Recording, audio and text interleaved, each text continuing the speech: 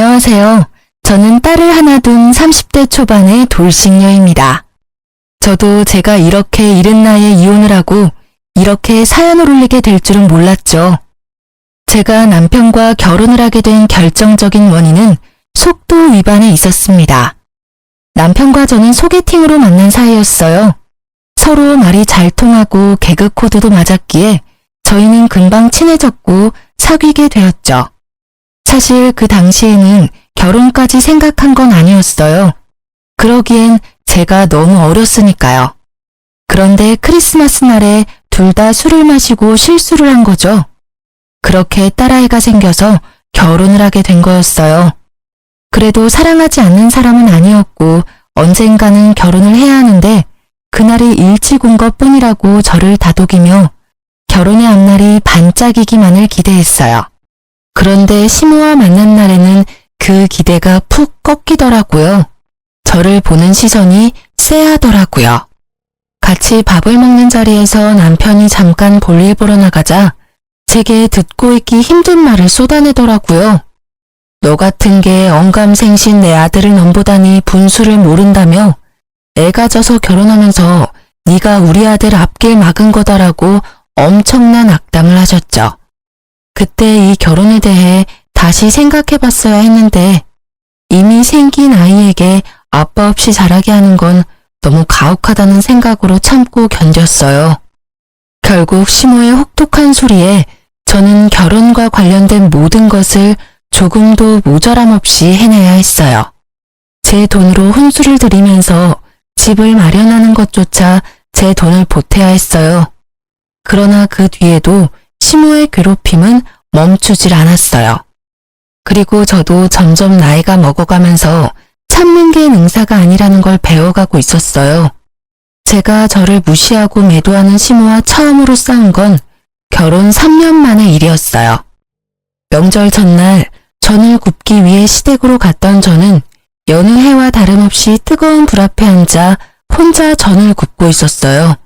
시모는 앉아서 TV를 보고 있었고요. 남편은 그 자리에 아예 없었죠. 그런 제게 회사에서 전화가 왔더라고요. 전화를 받았더니 급하게 해결해야 할 일이 생겼다며 제게 잠깐만 회사에 나왔다 가라고 하더군요. 안 될 것 같다고 이야기했지만 사안을 들어보니 제가 관여된 일이라 어쩔 수 없이 직접 가야 하는 상황이 되었어요. 결국 저는 시모에게 죄송하다고 몇 번이나 이야기하고 회사를 다녀왔어요. 늦은 오전에 갔다가 그래도 오후 3시 이전에 시댁에 돌아왔어요. 저 나름대로 빨리 왔다고 생각하며 조심스럽게 시모에게 말을 걸었죠. 어머님, 저 왔어요. 죄송해요. 남은 건 제가 할 테니까 가서 쉬세요. 그렇지만 정작 부엌 상태를 보니 시모가 한 일은 아무것도 없었어요. 제가 일하고 있는 동안 시모는 여전히 TV를 보며 쉬고 계셨던 거죠. 그래도 일찍 와서 제가 시간 내에 다 할 수 있을 것 같아 다행이라고 생각하고 있었는데 시모가 거실 소파에 앉아 한숨을 푹푹 쉬며 이렇게 말하더라고요. 정말 못 배워먹은 애들은 어딜 가도 티가 나네. 우리 정환이가 옛날에 사귀던 애는 싹싹하고 경우가 바르던데. 인물이면 인물, 집안이면 집안, 성품이면 성품. 뭐 하나 빠지는 구석이 없던 애를 놔두고 어떻게 이 집안에 저런 애가 며느리로 들어와서는 얼굴이 못생겼으면 일이라도 잘해야지. 이도저도 아닌 저런 애를 데려와 갖고는. 저는 그 말에 머리가 지끈거리는 걸 느꼈어요. 하루 이틀 일도 아니고 매번 남편의 전 여자친구 이야기를 하시니 이제는 귀에 딱지가 앉을 지경이었거든요.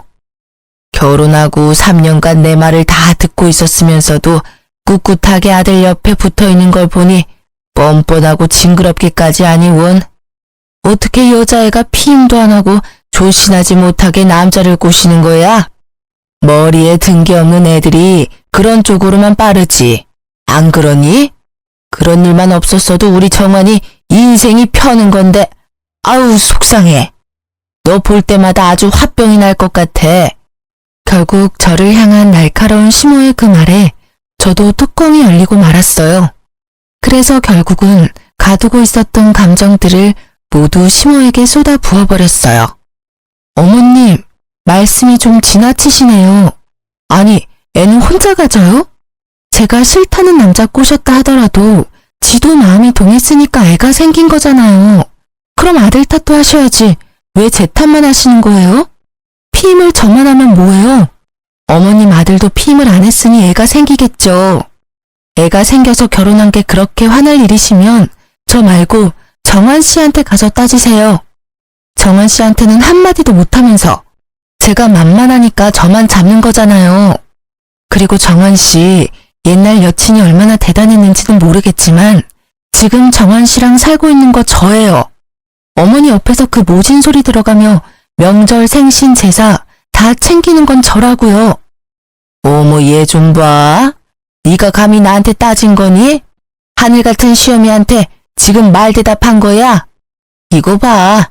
교양이 없으니 이런 막대먹은 소리가 나오지. 네가 진짜 배운 게 있으면 어른한테 그런 소리 하겠니? 정말 기가 막혀서 이런 것도 며느리라고 교육을 해야 하는 나는 무슨 잘못이니? 그리고 여자가 마음 먹고 덤비면 안 넘어갈 남자가 어딨어. 애만 안 생겼어도. 어머님은 교양이 있으셔서 당신 아들의 딸 낳아준 며느리한테 그런 말 하는 거였어요? 말대답이 아니라 이제까지 못한 바른말 한 겁니다. 저를 며느리로 대하고 싶지 않으시면 그렇게 하세요. 저도 시어머니로 모시지 않을 테니까. 그리고 제가 애 생겨서 결혼한 거에 반감 가지신 것 같으니까 제 딸은 이제 앞으로 어머님께 보여드리지 않을게요. 도대체 애가 무슨 잘못이에요?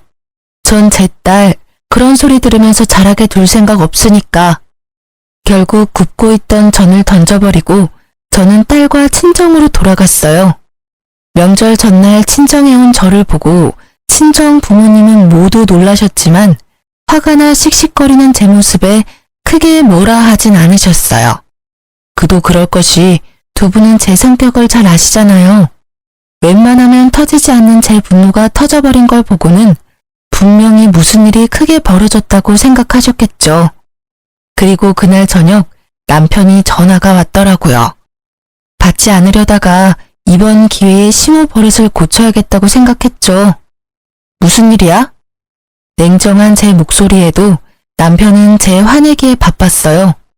걱정은 하나도 되지 않는지 다짜고짜 화내는 남편에게 저는 약간 실망감이 들 정도였죠. 무슨 일이라니? 명절 전인데 당신이 여기 없는 게 무슨 일인 거지? 명절 준비 안 해? 이렇게 다 팽개치고 뭐하는 짓이야? 아, 어머님이 당신한테 이야기 안 하셨나 보네. 그러니 당신이 나한테 화를 내지. 무슨 일 있었는지 못 들었어? 내가 명절 전날 친정에 오게 만들 만큼 충격적인 말을 하셨는데 당신한테는 알리고 싶지 않으셨나 봐? 엄마가? 별말 없으시던데. 아, 너 또 잔소리 들었다고 지금 친정 가 있는 거야? 매번 듣는 이야기 때문에 지금 시위하는 거지? 네가 어린애야? 생각을 좀 해봐. 엄마 잔소리가 하루 이틀 일도 아닌데 왜 새삼스럽게 굴어? 잔소리라면 잔소리지. 당신 옛날 여자친구 이야기 꺼내면서 나를 피임도 안 하고 남자 꼬셔서 애 낳은 꽃뱀으로 만들던데 그 잔소리 맨날 하시는 데다가 오늘은 여전히 당신 옆에 붙어있는 내가 징그럽다고 하셨어. 당신 생각은 어때? 이래도 그냥 잔소리야? 이거 거의 인격 모독의 언어폭력 수준이야.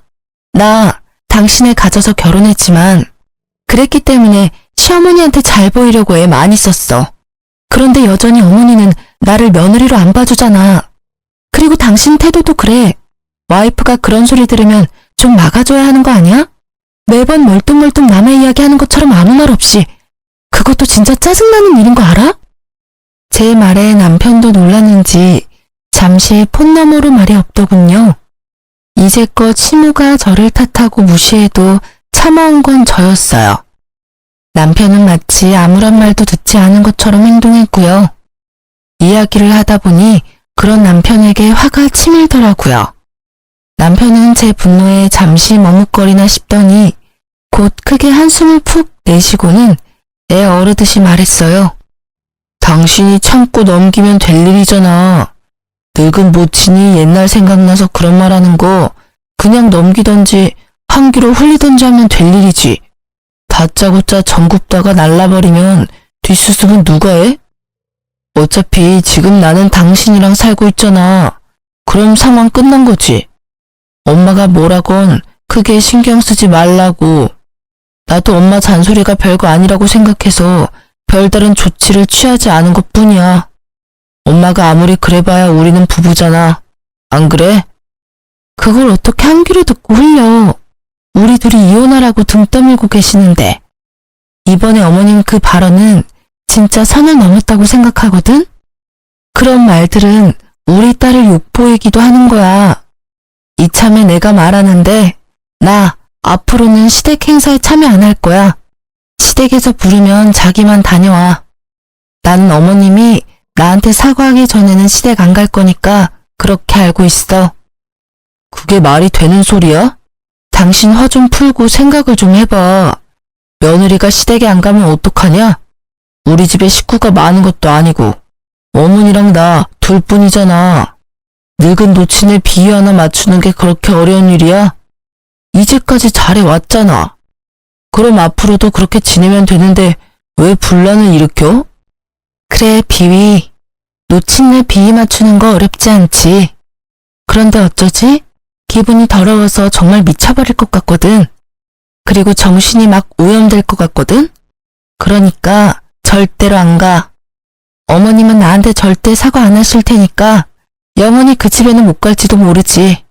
그러니까 이제까지 어머니랑 내 사이 외면했던 당신이 중간에서 열심히 힘 좀 써. 결국 남편은 제 분노를 이기지 못했죠. 평소 조용하던 사람이 화내면 무섭다는 이야기가 진짜인 건지 화를 내는 제 모습에 놀란 듯 그 뒤로는 시댁 행사에 절 부르지 않았어요. 저는 그렇게 시댁에 가지 않게 됐고 행사가 있을 때나 명절에는 남편만 보냈어요. 시모가 분명히 남편에게 제 욕을 하고 있을 테지만 직접 듣는 것도 아닌데 상관없잖아요.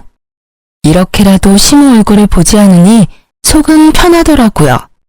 그렇게 제 결혼 생활은 잘 유지되는 것 같았어요. 물론 시모와의 트러블이 있었지만 고통받으며 사는 것보다는 훨씬 좋았거든요. 다른 사람과 척을 지고도 이렇게 편안한 건 그만큼 제가 그동안 스트레스를 많이 받았던 거라고 생각해요. 이 홀가분함이 오래 갈 거라고 생각한 것도 잠시 정작 결혼 생활을 무너뜨린 건 시모가 아니라 남편이더라고요. 여느 때와 마찬가지로 일하고 돌아온 남편이 목욕하러 들어간 시간에 저는 집 청소에 열중이었어요. 그리고 마지막으로 청소하려고 들어간 드레스룸 정중앙에 검은색의 작은 카드 지갑이 떨어져 있는 걸 발견했죠. 그걸 주워들었는데 약간 이상하더라고요. 납작해야 할 카드 지갑이 울퉁불퉁했어요. 카드 수납칸에 카드가 아닌 다른 게 들어가 있는 것처럼 보였거든요. 이상한 마음에 슬쩍 보았더니 웬 목걸이가 들어가 있더라고요. 그걸 꺼내서 손에 담아보니 한눈에 봐도 고가의 목걸이가 반짝거리더라고요. 그걸 이리저리 둘러보는데 남편이 마침 욕실에서 나오더라고요. 자기, 이거 뭐야? 목걸이가 자기 지갑 안에 있던데? 뭐야, 갑자기 남의 지갑을 봐. 사생활 침해인 거 몰라? 제 모습을 본 남편은 마치 유령이라도 본 것처럼 기겁을 해서는 제게 달려와 목걸이와 카드 지갑을 낚아채 가더라고요. 왜 그렇게 격하게 반응해? 뭐 수상한 물건이야? 내 말에 남편이 들고 있던 목걸이를 잠깐 보더니 제 손에 다시 올려주더라고요. 그러면서 제게 좀 더 부드러운 말로 이야기했어요. 수상한 물건이라니. 이건 당신한테 줄 선물이었거든. 당신이랑 엄마 사이를 잘 풀어주지 못한 내 탓도 있고 해서 미안함과 고마움을 담아 겸사겸사 산 거야. 진짜? 내 거라고? 너무 예쁘다. 고마워, 여보. 난 기념일도 아닌데 무슨 일로 이런 걸 샀나 했어. 자기도 이제야 내가 얼마나 힘들었는지 알았나 보네. 봐, 시댁에 혼자 다니니까 힘들지? 정말 비싸 보인다. 얼마 정도였어? 그리고 보증서는 없어? 많이 비싼 건 아니야. 그래도 싸지는 않지. 당신한테 주는 건데 너무 싸구려는 좀 그렇잖아. 그리고 케이스랑 보증서는 차 안에 있어. 내일 집에 들어오는 길에 가져올게. 근데 이거 왜 지갑에 넣어왔어? 서프라이즈인데 케이스에 넣으면 들키잖아. 그래서 그랬어. 어때? 마음에 들어? 당연히 마음에 들지. 결혼식 이후로 장신구는 처음 받아보니까 너무 좋다.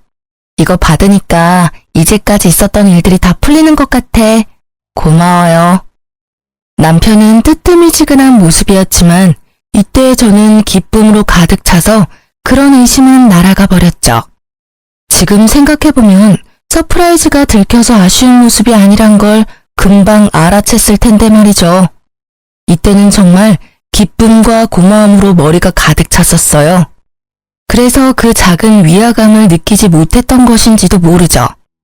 너무 예쁘게 반짝거린다. 앞으로 일하러 갈 때마다 착용해야지. 소중히 여길게. 고마워. 그렇게 즐거운 마음으로 목걸이를 받고 한동안 저는 붕 뜬 기분으로 지냈어요. 그 뒤 계속 이어진 남편의 야근에도 잔소리 한번 하지 않고 저녁마다 야식을 만들어 기다렸어요. 그렇게 며칠이 지났을까요? 바람이 많이 부는 날 거추장스럽게 날리는 머리카락을 정리하려 신경질적으로 머리카락을 확 넘기는데 통증이 확 느껴지더라고요. 보니까 머리카락에 목걸이가 걸려서 겨우 떼어냈는데 고리 부분이 헐겁게 고장나 있더라고요. 결국 저는 보증서를 챙겨서 주얼리샵까지 갔어요. 남편에게 보증서를 받아서 가방 안에 넣어뒀다가 빼지 않았거든요. 이왕 나온 김에 샵까지 간 거였는데 입구에서 전화가 왔어요. 시모의 전화였죠.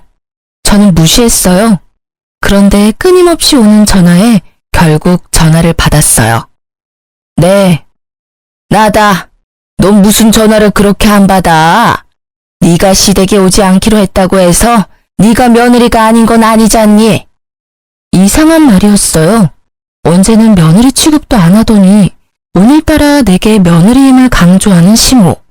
그 모습에 이상함을 느낀 저는 시모에게 본론부터 물었어요.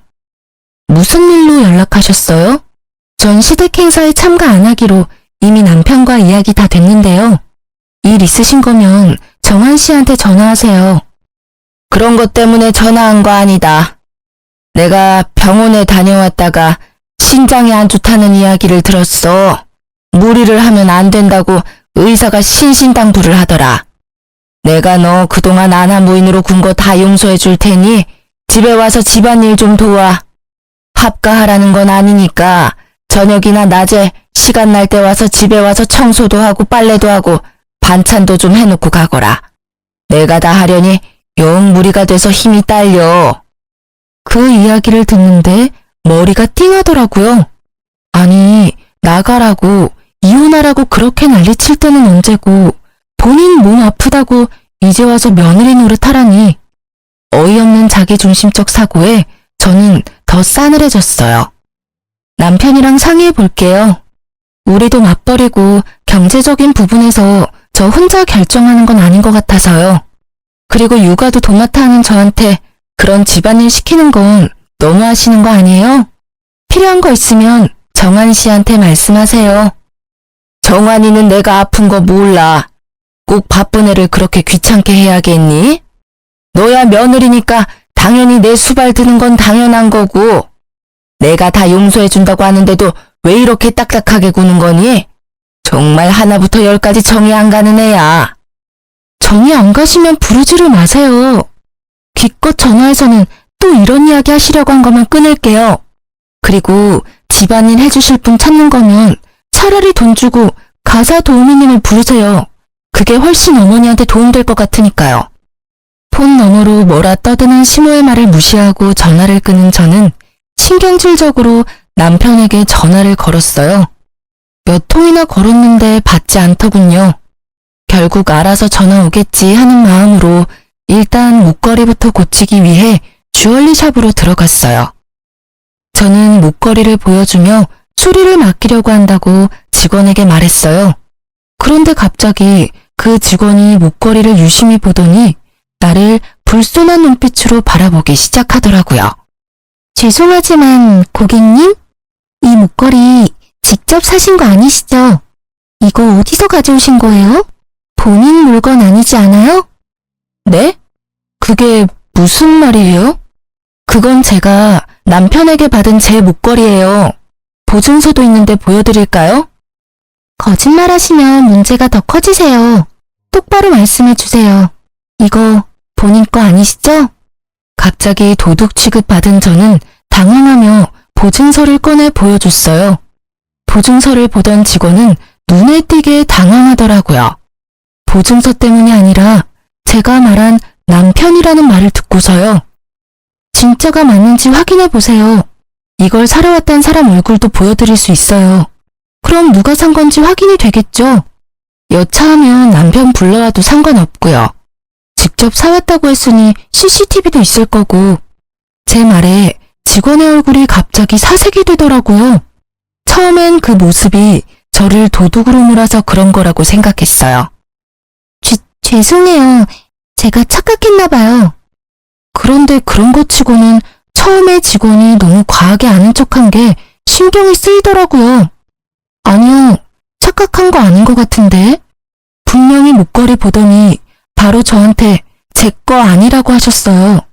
이 물건이 여러 개 팔렸을 텐데 어째서 저한테 콕 집어 그런 말 하셨어요? 대답 여하에 따라 여기 본사의 직원분 행동에 대해 불만 제기할 거예요. 거의 협박이나 다름없는 제 말에 직원은 울상을 지으며 자기가 알고 있는 걸 실토했죠. 죄송해요. 사실은 그 목걸이 뒤에 작게 이니셜이 되어 있는데 제 친구가 선물 받았을 때 새긴 거랑 똑같아서. 저는 쎄한 마음에 목걸이 뒤쪽을 살펴봤어요.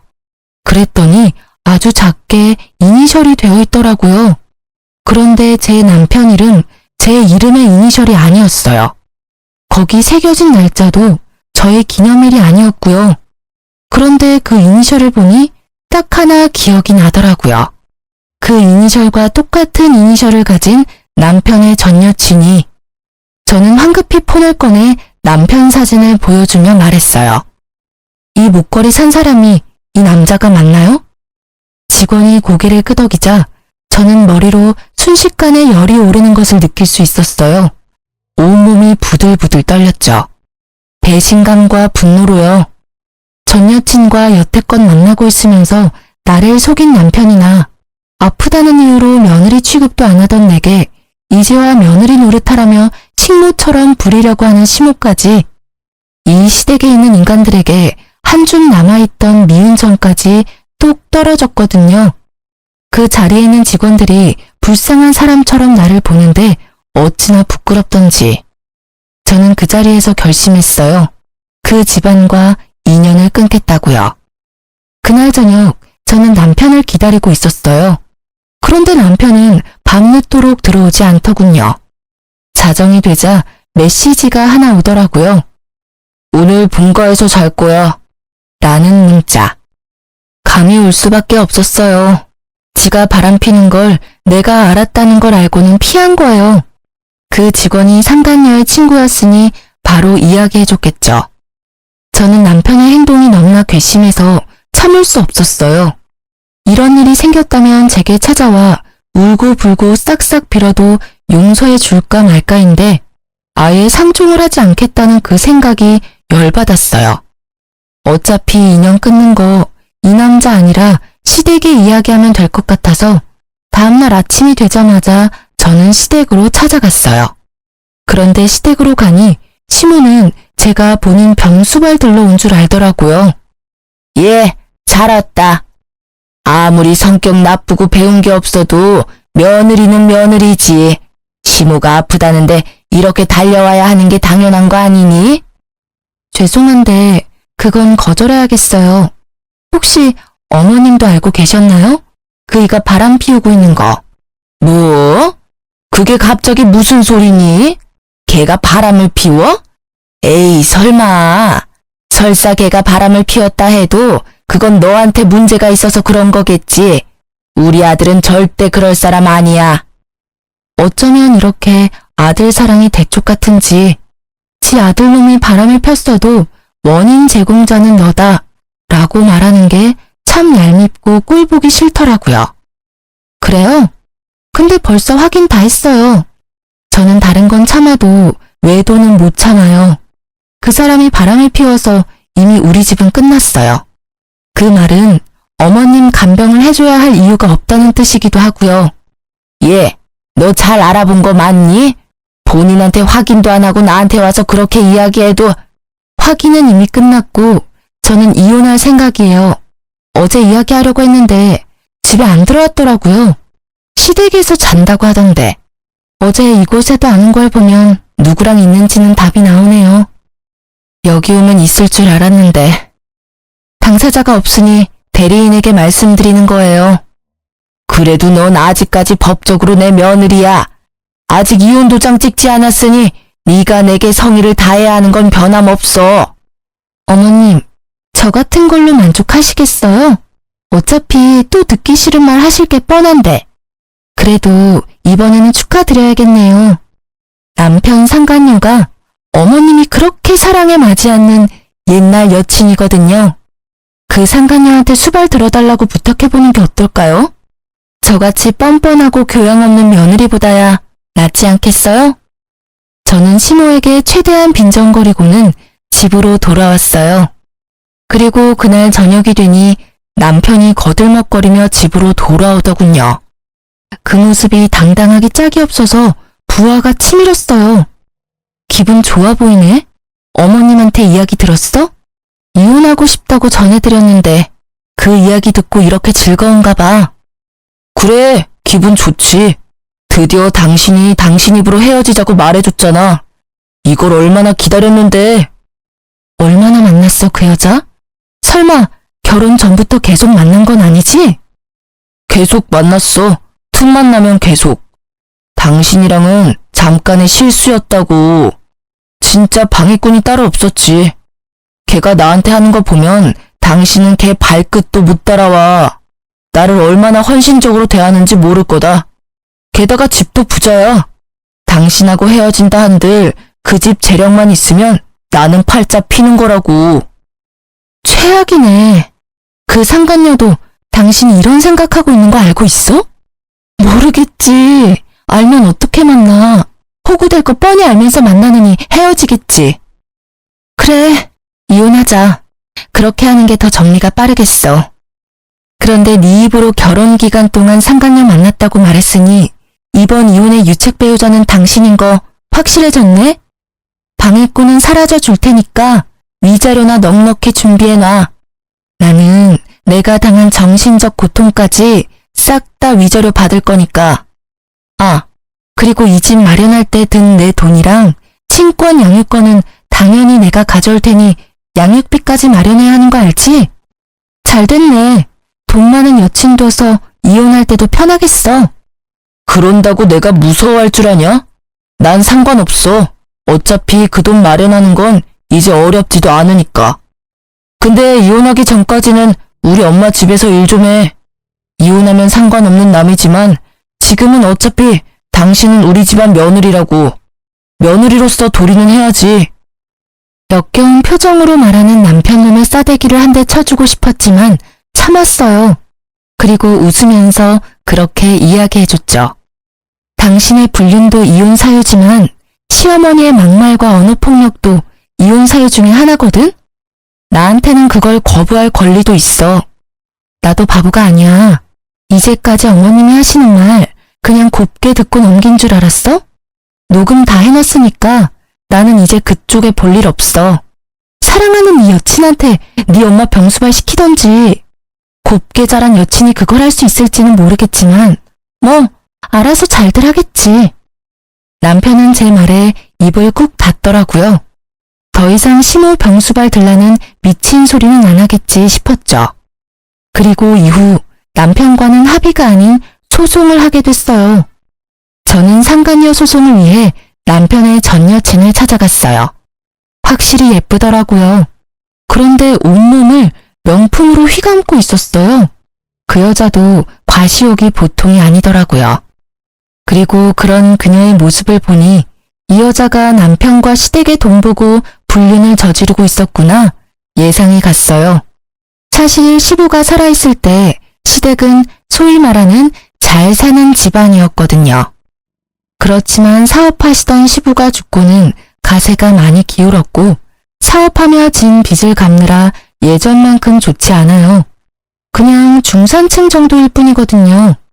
그런데 그 여자는 그것도 모른 채 저한테 주저리 말하더군요. 현명한 결정 고마워요. 어차피 오빠가 저를 잊지 못해서 제게 돌아올 건 기정사실이었을 테니까요. 당신과의 사이에 애가 생기지 않았으면 저와 결혼했을 거예요. 물론 그 시기에 제가 오빠와 헤어져 있긴 했지만 마음까지 헤어진 건 아니었거든요. 제가 오빠와 사귄 게 먼저였으니까 그쪽 분이 저한테는 불륜녀나 다름없는 상황이었거든요. 애가 생기지 않았다면 오빠도 저를 떠나지 않았을 테고 말이에요. 그럼 당신도 애 가지지 그랬어요.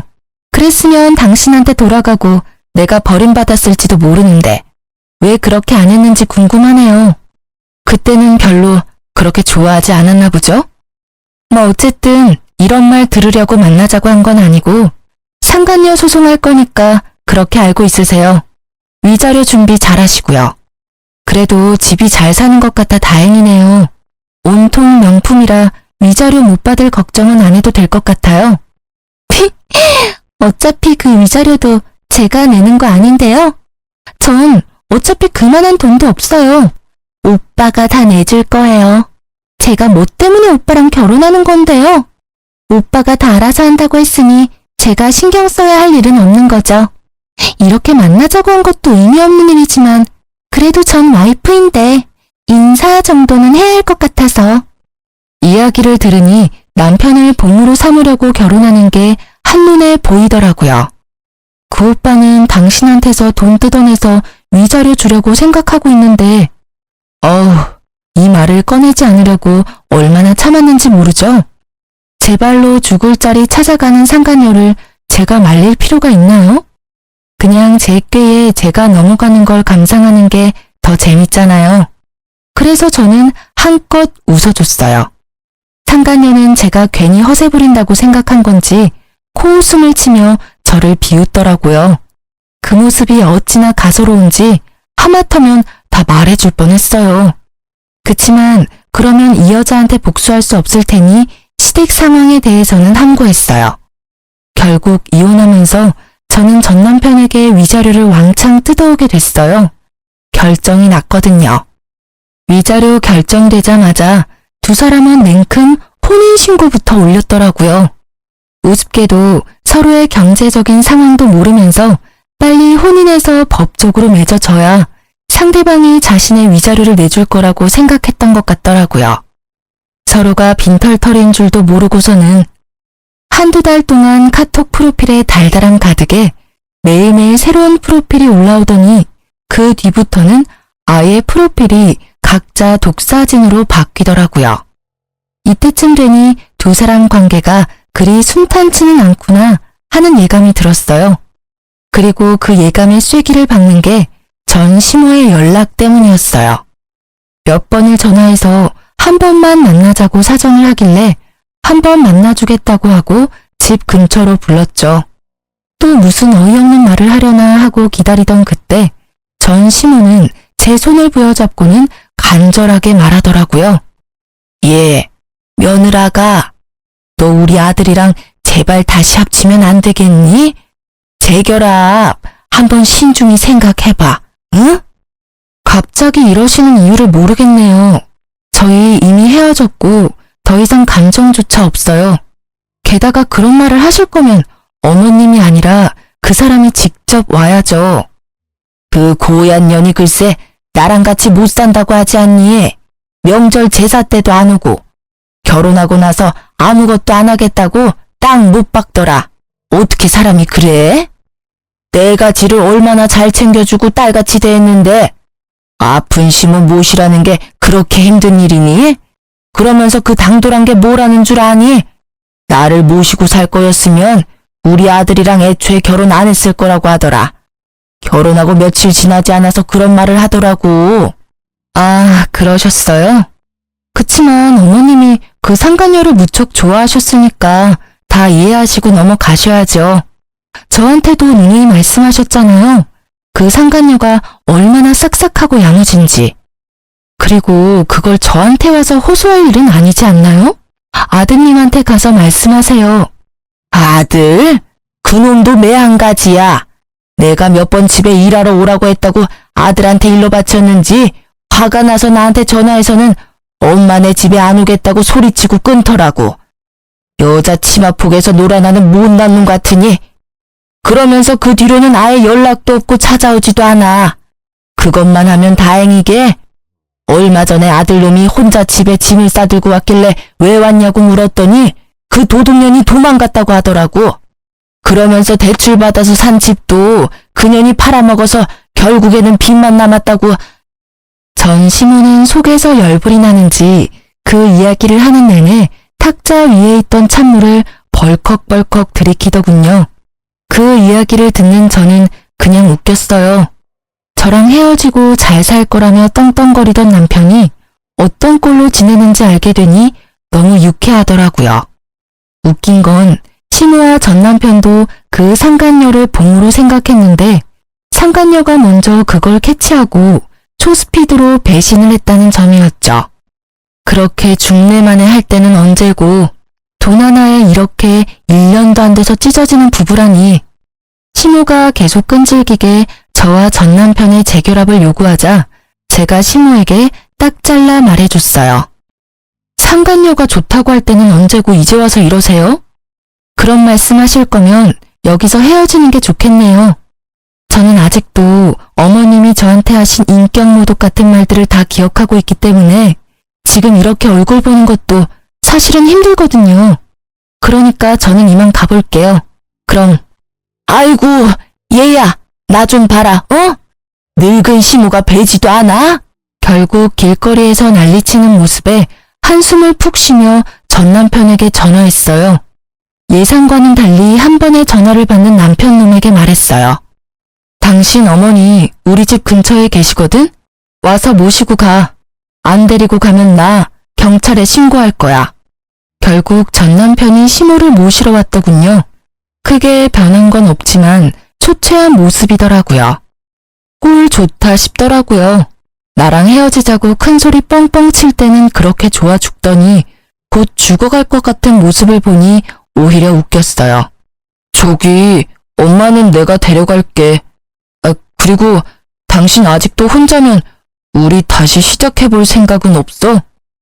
뭐? 이제 와서 무슨 소리야? 우리 이미 다 끝났어. 아니 왜 나한테 이러는 건데? 이해가 안 가. 그 상간녀랑 잘 살겠다며 나한테는 이혼해줘서 고맙다더니 왜 이제 와서 후회야? 나도 잘 살 줄 알았지. 그런데 우리가 살던 집이 당신이랑 내가 돈을 반씩 부담해서 산 거라 재산 분할할 때 돌려줘야 한다고 하니까 그 뒤부터 사람이 바뀌더라고. 며칠간 분주하게 여기저기 돌아다니는 것 같더니 결국 그 며칠 뒤에 도망갔고 알고 보니까 그 집도 완전 빈털털이더라고. 어릴 때 사귈 때는 돈 많은 집이라고 알고 있었는데 다 날 속인 거였어. 진짜로 미안해. 나 진짜 속아서 이혼하고 속아서 재혼한 거야. 참 잘하는 짓이다. 마누라 버릴 때는 그런 거 눈에 안 들어오지? 나는 혼인 기간 중에 나 속이고 다른 여자랑 놀아난 남자하고는 재결합할 생각 추호도 없어. 그리고 이미 애가 생겨서 결혼한 며느리한테 내가 아니라 다른 여자를 며느리 삼고 싶다고 말하던 저 미친 아줌마랑 같이 살 생각은 더더욱 없고. 그러니까 다른 데 가서 알아봐. 그리고 아무리 힘들어도 위자료는 꼭 줘. 내가 쓰는 거 아니고 내 딸이 쓸 거니까. 저는 불쌍한 날만 늘어놓으며 동정표를 사려는 두 사람을 남겨두고 집으로 돌아왔어요. 그리고 얼마 뒤 상간녀에게서 연락이 왔더라고요. 만나자고 하길래 저번에 시모와 만났던 카페로 오라고 했죠. 상간녀는 조심스럽게 주변을 살펴보며 들어오더니 제 앞에 앉아서는 다짜고짜 저에게 따지기 시작하더라고요. 당신 어떻게 그 집에 돈 한 푼 없는 걸 나한테 숨길 수 있어? 완전 빈털터리 집안이던데 설마 나 엿먹으라고 말 안 했어? 엿먹으라고 말 안 한 거 맞고 그리고 그런 건 당신이 먼저 알아봤어야 하는 거 아니야? 유부남 꼬셔서 재혼할 생각으로 가득 차 있었으면서 그런 건 왜 못 알아봤대? 내가 그런 걸 알려줘야 할 의리 같은 거라도 있었나? 제 말에 상간녀가 저를 째려보더라고요. 구구절절 다 맞는 말에 자기가 알아보지 못한 것도 본인 탓인데 왜 여기 와서 남 탓을 하고 있는지. 당신 때문에 내 인생 망쳤어. 나는 초혼이었다고. 그런 놈이랑 결혼을 하게 되다니. 내 계획은 그런 게 아니었다고. 그러니까 당신이 책임져. 책임지라고. 뭘 책임지라고 하는 건지 모르겠네요, 상간녀님. 제가 피해자고 당신이 가해자예요. 그래서 상간녀 소송에서 위자료까지 당신이 나한테 지급하라고 나왔잖아요. 잘 사는 부부 갈라놓더니 이제 와서 물리라고요? 어이가 없어서. 이미 저는 그 집안과 결별했고 당신은 그 집안 사람이니까 잘 살면 되는데 왜 여기 와서 이러는지 모르겠네. 상간녀 소송 취하해. 난 완전히 속아서 이 결혼한 거야. 그러니까 그 위자료 지급 못해. 아니 안 해. 이게 뭐야. 상간녀 소송비도 다 대줄 것처럼 하더니 정작 까보니 아무것도 모아둔 것도 없고 그 집마저 돈 안 내면 팔아야 될 상황이고 거기에 매달 양육비까지. 그런 거지 주제에 나한테 결혼하자고 혼인신고서를 가져와? 나쁜 새끼. 당신도 똑같이 나쁜 년이야. 그러니까 빨리 상간녀 소송 취하해. 다시 한번 나한테 그거 취하하라느니 내 탓이라느니 나를 비방하면 당신 시댁한테 당신 잡아가라고 전화할 거예요. 지금 그 사람들 피해서 도망 다니고 있다던데. 들키고 싶으신 거면 계속 여기서 저한테 말도 안 되는 소리 하세요. 이대로 그 집에 끌려 들어갈 건지 계속 내 탓하며 나를 괴롭힐 건지 알아서 결정하세요. 결국 제 엄포의 상간녀는 불이 나게 도망가더라고요. 줄줄이 저한테 찾아와 제 탓하는 것도 똑같고 서로의 잘못을 하소연하는 것도 똑같더라고요. 어째 그리 똑같은 사람들 셋이 만났는지. 그 뒤로 양육비 때문에 전 남편을 만났었는데 여전히 두 사람은 숨바꼭질 중이고 여전히 법적인 재혼 부부 사이라 새로운 사람도 못 만나고 있다고 하더라고요. 뿌린 대로 거둔 것이니 원망할 필요 없는데도 매번 볼 때마다 신세한탄하는 걸 보니 웃겼어요. 이혼 소송 후 저는 위자료 듬뿍 받아서 딸과 새로운 삶을 시작하고 있어요. 전 남편의 배신의 영향이 큰 탓에 아직까지 재혼 생각은 크게 없어요. 아이를 위해서 아빠가 있었으면 하지만 전 남편처럼 미친놈 만날까봐 겁나서 엄두가 안 나요. 남편 없어도 딸과 둘이서 재밌게 잘 살고 있으니 그쪽으로는 크게 신경 안 쓰기도 하고요. 이렇게 제 짧은 결혼 기간의 일을 글로 써보니 저도 평탄한 삶을 살아온 건 아니다 싶네요. 그래도 더 늦기 전에 그 나쁜 남편놈과 헤어질 수 있어서 천만다행이라는 생각을 해요. 이혼 초반에는 싱글맘으로 일하랴 애보랴 힘들 때도 있지만 그럴 때는 심우와 남편의 횡포에 시달렸던 그때를 생각했어요. 그러면 없던 힘도 솟아났거든요. 넉넉하지 않아도 지금 마음은 어느 때보다 더 편해졌어요. 주변에서 많이 걱정해 주시지만 3년이나 지난 지금은 걱정할 필요 없을 만큼 잘 살고 있어요. 함께 걱정해 주셨던 분들과 저를 지탱해 주셨던 분들에게 감사한 마음으로 하루하루를 살아가고 있어요. 그리고 지금 외도로 힘들어 하실 분들이 만약 제 글을 보신다면 용기를 내세요. 참고 있다가는 언젠가 폭발하거나 무너져 버릴지도 모르니까요. 제 사연이 저와 비슷한 일을 겪는 분들에게 작게나마 좋은 위로가 되었으면 좋겠어요. 들어주셔서 감사합니다. 안녕하세요. 저는 40대 중반의 뜨개질하는 가정주부입니다. 평소 작업을 하며 즐겨 듣는 사연 열차에 제 사연이 소개된다고 하니 벌써부터 떨려오는데요. 큰 용기를 내어 사연을 보내니 잘 들어주셨으면 좋겠습니다. 그러면 뜸들이지 않고 시작해 볼게요. 저와 남편은 시댁에서 살고 있었어요. 부끄럽지만 저희가 모시고 산다는 것보단 저희가 얹혀 산다는 말이 맞는 상태였어요. 처음부터 저희가 시댁에 얹혀 산 것은 아니었어요. 신혼 때는 저희도 저희만의 보금자리가 있었고 저 역시 회사 생활을 하고 있었어요. 그런데 남편의 하던 가게가 점점 바빠져 일손이 필요해졌고 전 남편을 돕기 위해 회사를 그만두고 남편의 가게에서 일을 하게 되었어요. 하지만 그 바쁜 것도 잠시 갑작스럽게 코로나 시국이 시작되었고 다들 아시다시피 가게들은 하나둘씩 망해가기 시작했죠. 저희도 그 여파를 피해가지 못했고 결국 1년 가까이 적자를 내던 가게를 폐업하게 되었습니다. 생활고는 물론이고 그간 모았던 돈까지 다 까먹은 상태였던 터라 앞날이 막막했고 그런 저희에게 시어머니가 손을 내밀어 주어 시댁으로 들어가게 된 것이었죠. 두 사람 잘 듣거라. 살다 보면 이런 일도 있고 저런 일도 있는 거야. 그러니까 너무 낙담하지 말고 우리 집에서 지내면서 천천히 다음을 기약해 보자꾸나. 어머니, 감사해요. 제가 더 열심히 살아볼게요. 어머님, 저도 정말 감사해요.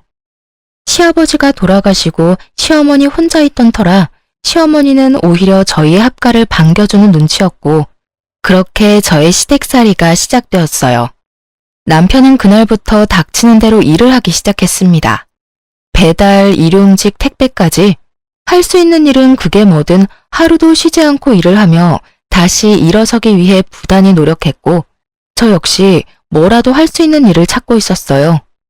모든 것이 희망적이지 않은 상황에도 힘이 되었던 것은 시어머니의 보살핌과 응원을 받았다는 것이었는데 그마저도 대기업을 다니던 서방님이 결혼하며 바뀌어가기 시작했어요. 동서는 꽤 부유한 집안에서 자란 자영업을 하는 사람이었는데요. 코로나의 직격탄을 맞아 폐업까지 하게 된 저희와는 달리 동서는 친정 도움을 받아 그 위기를 무사히 넘겼다고 하더군요. 동서는 살면서 고생이란 해보지 않은 사람처럼 맑고 눈치라곤 전혀 보지 않는 사람이었는데 그런 동서의 태도에 어이가 없었던 적이 한두 번이 아니었습니다. 형님, 이번 아버님 제사 때 저 바빠서 준비는 못할 것 같아요. 아마 참석도 못할 수도 있을 것 같긴 한데 어떻게 해서든 참석은 할 수 있도록 빨리 마무리해보도록 할게요. 형님도 아시잖아요. 아무리 직원들 있어도 사장이 있어야 가게가 제대로 돌아가는 거. 동서가 시집오고 맞이한 시아버지의 첫 제사에 제가 들은 말이었어요. 그것도 온 식구들이 다 듣는 곳에서 저렇듯 통보하듯 저에게 말하더라고요. 예의상이라도 죄송하다는 말 한마디 정도는 할 법도 한데 동서는 저에게 조금의 미안한 기색도 없어 보이더라고요. 여기까지만 해도 어이가 없는데 더 기가 막힌 건 시어머니의 반응이었어요. 들어보니 일리 있는 말이구나. 둘째는 제사 때 시간 맞춰 참석만 하려무나. 준비는 첫째가 다 하면 되니 그런 걱정은 하지 말고 말이야. 이 말을 듣는 제가 왜 기가 막힌 줄 아세요? 동서가 온갖 일을 저에게 다 떠넘겨서가 아닙니다. 물론 동서의 태도도 어이가 없고 기가 막혔지만 제가 정말 기가 막혔던 건 시어머니의 달라도 너무 다른 태도 때문이었어요. 다른 건 몰라도 시아버지의 제사만큼은 유난히 정성을 쏟았던 시어머니는 제가 시집을 오고 맞이한 시아버지의 첫 제삿날 이런 말을 했었어요. 요즘 너랑 네 남편이랑 하는 가게 바쁜 거 다 안다. 손님이 많아서 알바생을 더 늘린다는 이야기도 들었고 그래도 말이다. 시집오고 처음으로 모시는 네 시아버님 제사인데 네가 와서 하나부터 열까지 준비해야 하지 않겠어? 가게 때문에 신경 쓰이면 가게 문을 하루 닫더라도 꼭 네가 와서 다 준비하거라. 저에겐 이렇게까지 말한 시어머니가 동서에겐 저리도 너그러운 말들을 하고 있으니 제가 기가 막히고도 남지 않겠어요? 그리고 그 뒤로 이어진 두 사람의 대화는 저를 깔보고 있는 동서의 마음을 확신하게 해주었어요. 그런데 요즘도 그렇게 바쁘니? 뉴스 보니 자영업하는 사람들 너도 나도 곡소리 난다고 하던데 너는 그렇지 않아? 네, 뭐 저는 나름대로 잘 되고 있어요. 제가 열심히 하는 것도 있긴 하지만 어려울 땐 친정에서 도움을 주시기도 해서 큰 어려움 없이 잘 헤쳐나가고 있어요. 형님 친정도 형편만 좀 좋았다면 그렇게 망하는 일은 없었을 텐데. 아, 그러니까 형님네가 가난하다는 말이 아니라 가게 망하고 시댁에 얹혀 사는 게 안타깝고 속상해서 하는 말이니 너무 기분 나빠하지 마세요, 형님. 이 말을 도대체 어떻게 들으면 기분 나쁘지 않게 들을 수 있는 걸까요? 한동안은 이런 동서의 화법 때문에 마음고생을 참 많이 했습니다. 매번 사람 기분은 상할 대로 다 상하게 만들어 놓고 마지막엔 꼭 제 생각을 해서 그랬다고 하니까요. 하지만 당하는 것도 한두 번이지 가끔 만나는 동서에게 딱 1년 당하고 나니 저도 가만히 당하고만 있을 순 없더라고요. 제가 돈이 없지 자존심이 없는 건 아니었으니까요. 다시 돌아온 시아버지의 제사. 동서는 마찬가지로 참석만 하겠다고 저에게 말을 꺼내왔고 전 시어머니가 또다시 그런 동서를 두둔하고 나서기 전에 재빠르게 동서에게 말을 꺼내기 시작했어요. 네, 조금 바쁘긴 해요. 알바생이 자꾸 바뀌어서 믿고 맡길 수도 없긴 하고요. 아, 그래? 하긴 그렇긴 하겠다. 동선의 가게가 손님은 없어서 일하기는 편한데 사장 성격이 지랄이라서 알바생들이 버티기 힘들다고 소문났더라고. 아, 지랄이라는 말은 내가 아니라 동선에서 알바했던 애들이 알바 후기에 남긴 말 그대로 쓴 거니까 오해하지 마. 시어머니는 제가 집에서 온 집안일을 다 하길 바라면서도 돈은 벌어오길 바랬고 제 경력에 재택근무로 할 수 있는 일은 없었기에 여기저기 일을 알아보고 있었죠. 그러던 중 알바 후기를 보게 되었고 그곳에서 동서의 가게가 알바생들 사이에선 악명 높은 곳이란 걸 알게 되었죠. 동서의 가게는 장사는 버티는 게 용할 정도로 손님이 없어 일은 편하지만 사장인 동서의 갑질이 심하니 다들 그 갑질을 버텨낼 자신이 있으면 가라는 말이 허다하더라고요. 거기에다 마감 시간이 10시인데 6시 이후엔 사장이 오는 일이 거의 없어 마감조 자리가 치열하다는 사실도 알 수 있었고요. 제가 굳이 이런 이야기를 꺼낸 이유를 아시겠나요? 동서는 이때껏 늦은 시간까지 가게엔 있지도 않으면서 가게 핑계를 대며 제사엔 참석도 하지 않았던 것이었어요. 그게 무슨 우리 가게에서 일했던 애들이 그런 말을 했단 말이에요? 사거리 모퉁이에 땡땡 가게가 동서 가게밖에 더 있어? 내가 요즘 소일거리라도 있을까 해서 여기저기 둘러보고 있는데 거기에 알바 경험담으로 동선의 가게가 아주 유명하더라고. 어떤 날은 손님보다 알바생이 더 많은 날도 있다며? 동서는 좋겠다. 그런 식으로 가게 운영하면 무조건 마이너스일 텐데 그래도 형편 좋은 친정에서 다 해결해 주실 거 아니야. 아, 서방님도 도와주시려나? 돈 관리는 동서가 한다고 했었지? 적금은 들고 있어? 매번 올 때마다 가방이 바뀌는 것 같던데. 동서 가게는 매달 적자인데 동서가 번 돈으로 사는 건 아닐 테고 설마 서방님 돈은 다 동서 사치하는 데 쓰는 건 아니지? 제 말에 시어머니는 눈을 부라리며 동서를 노려봤고 동서는 최선을 다해서 부인하고 나서더군요. 아니에요. 그건 다 시집 오기 전부터 소장하고 있던 거라고요.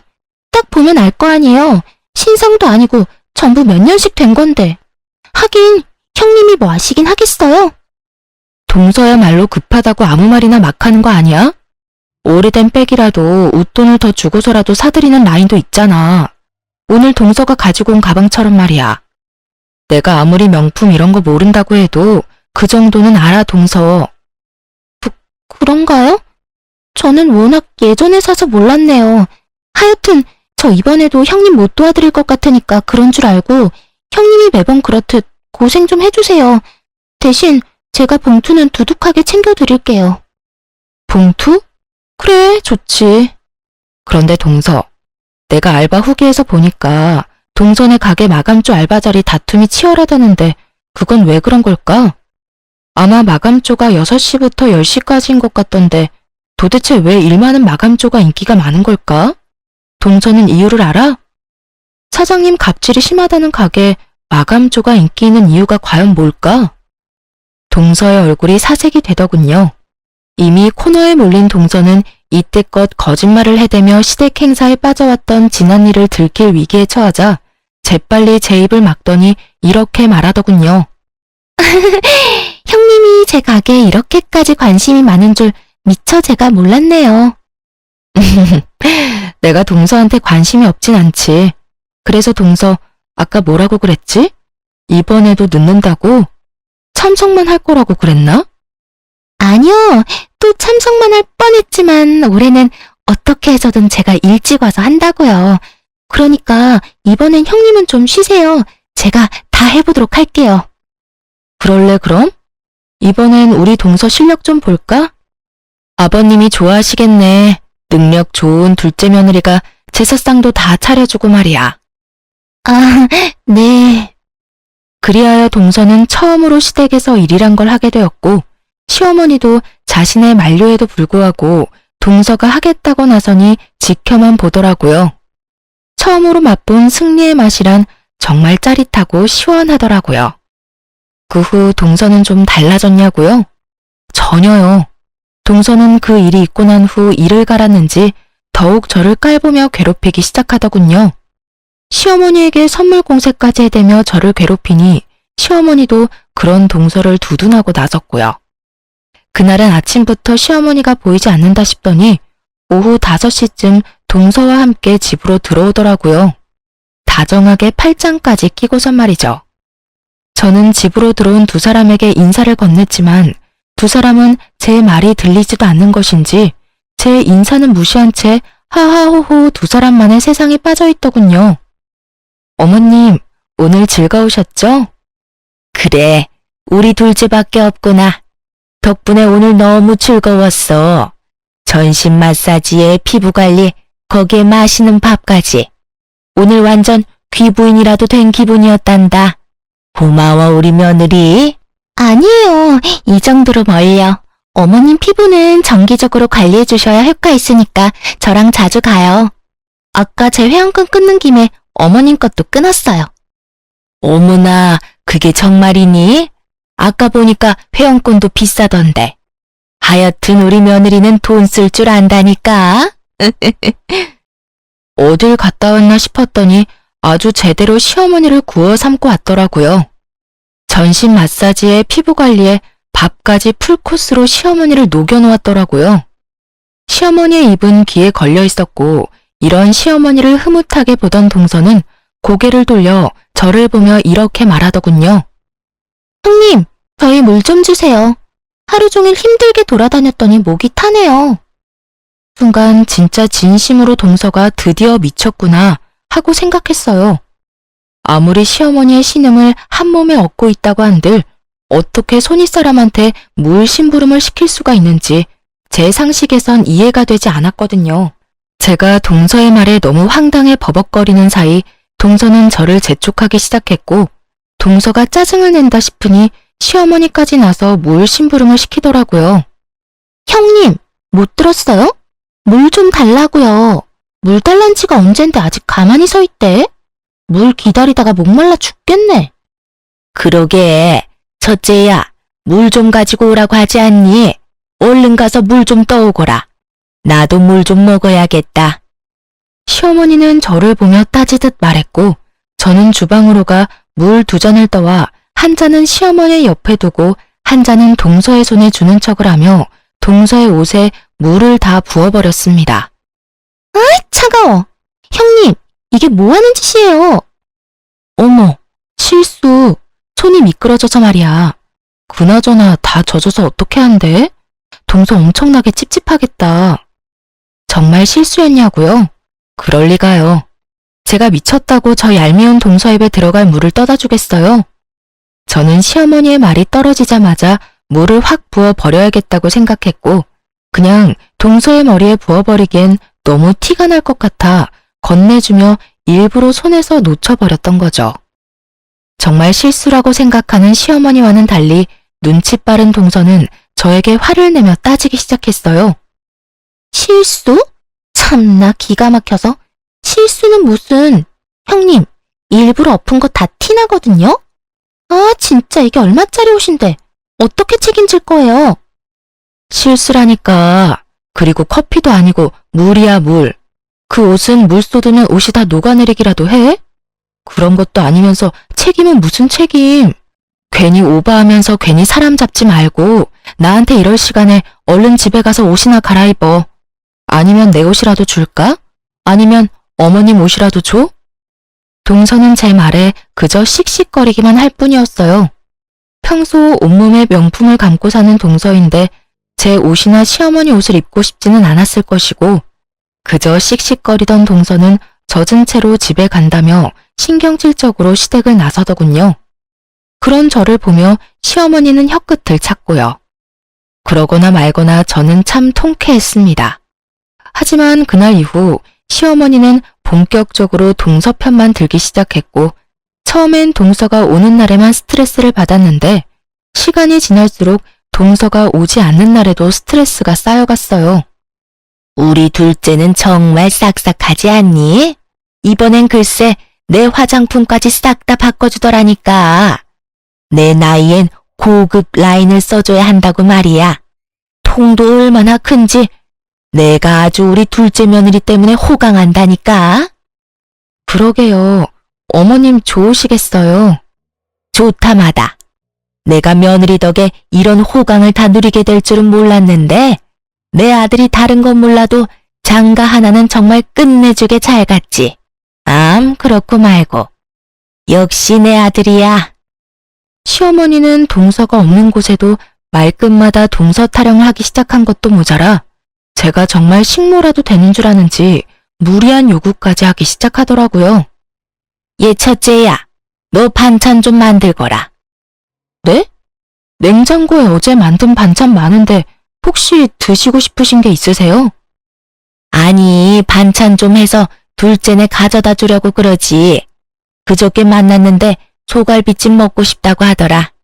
그러니까 갈비찜은 꼭 하고 고기도 좋은 거 사서 해. 몇 푼 아낀다고 질 떨어지는 거 사지 말고.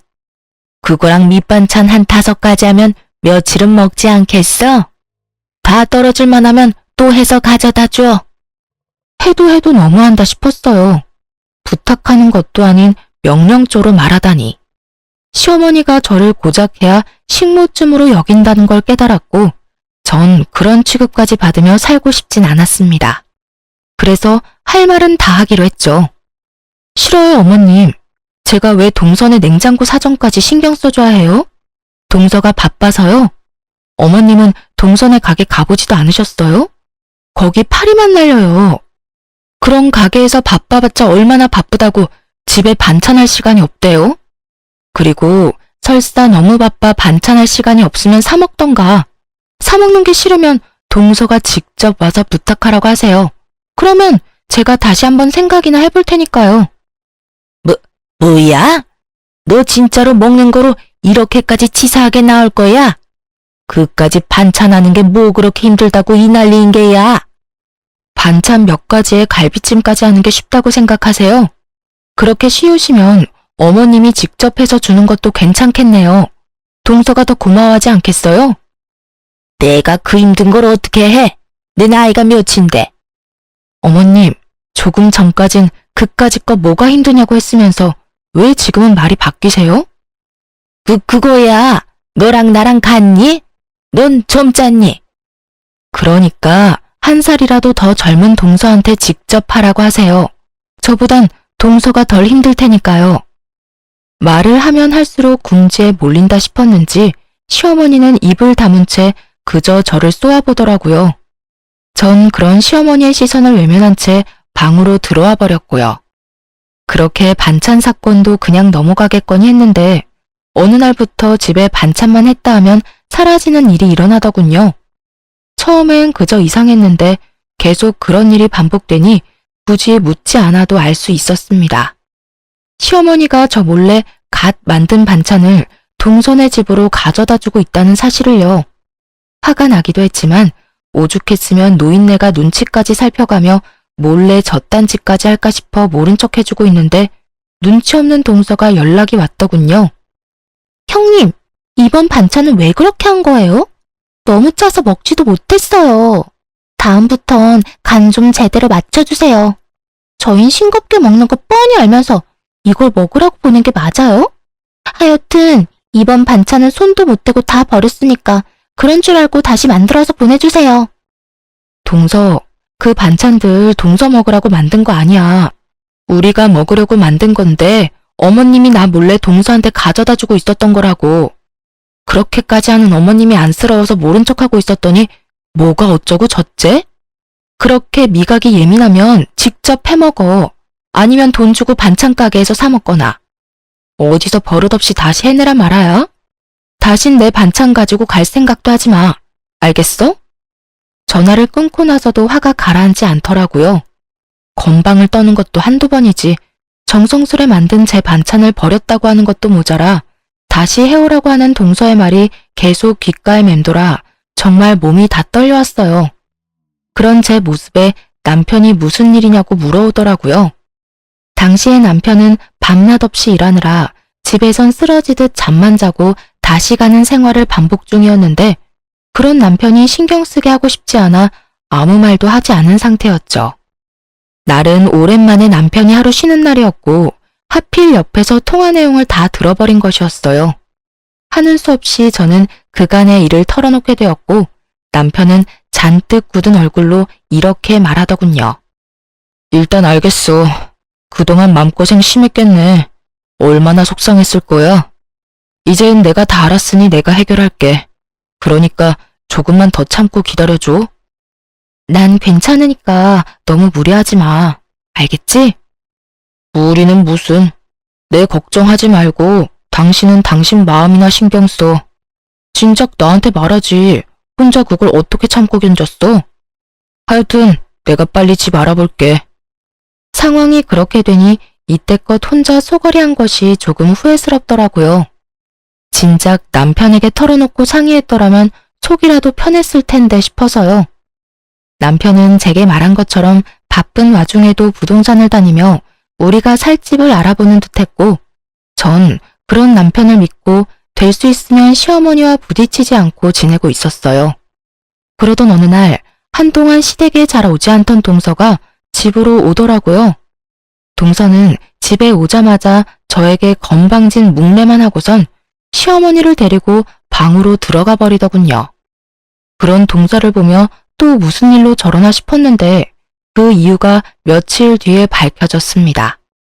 동서가 다녀가고 며칠 뒤 시어머니는 일을 끝내고 온 남편과 저를 불러 앉히고선 이야기를 꺼내기 시작했어요. 두 사람한테 미안한데 이제 이 집에서 나가서 살았으면 좋겠구나. 갑작스러워도 너무 갑작스러운 시어머니의 통보에 남편과 저는 당황스러웠어요. 물론 저희도 분가를 위해 집을 알아보고 있긴 했었지만 이런 식으로 갑자기 분가를 하게 될 거라고는 생각하지 못했던 터라 더욱 그랬죠. 남편은 최대한 진정시킨 목소리로 시어머니에게 물었어요. 네, 일단 그렇게 할게요. 그런데 왜 이렇게 갑자기 그런 말씀을 하시는 거예요? 혹시 무슨 일 있었어요? 그게 나 이제 둘째네 들어가서 살려고 그래.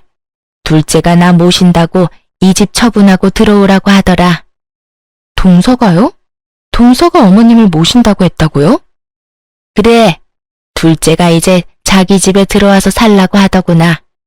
넓고 좋은 집에서 호강시켜준다고 하더구나.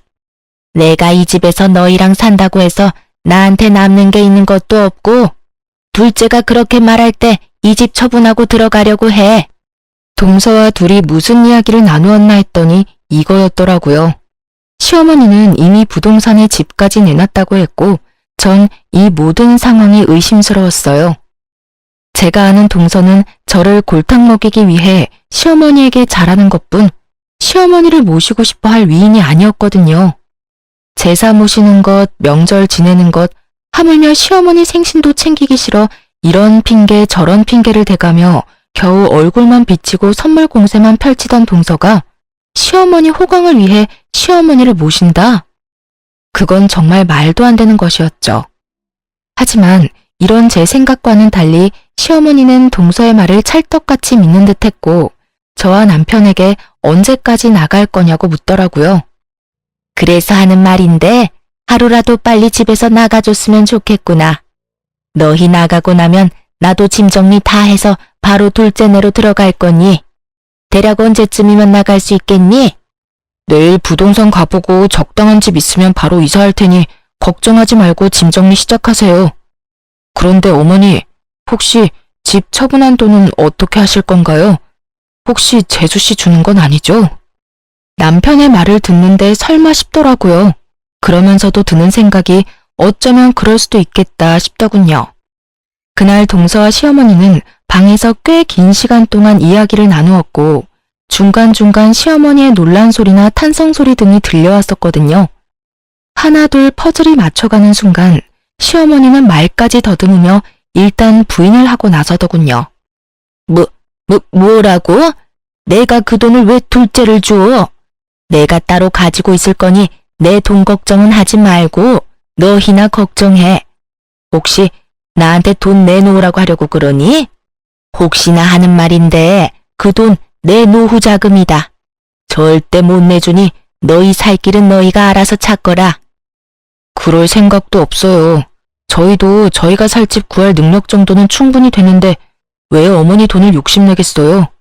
그저 걱정되어서 그랬어요. 걱정? 무슨 걱정? 혹시나 그 돈 재수 씨한테 투자했다가 잘못되기라도 하면 가족도 잃고 돈도 잃을 수 있으니 조심하시라고 말해주려고 했죠. 설사 그런 일이 있더라도 내 돈이니 너는 상관하지 말거라.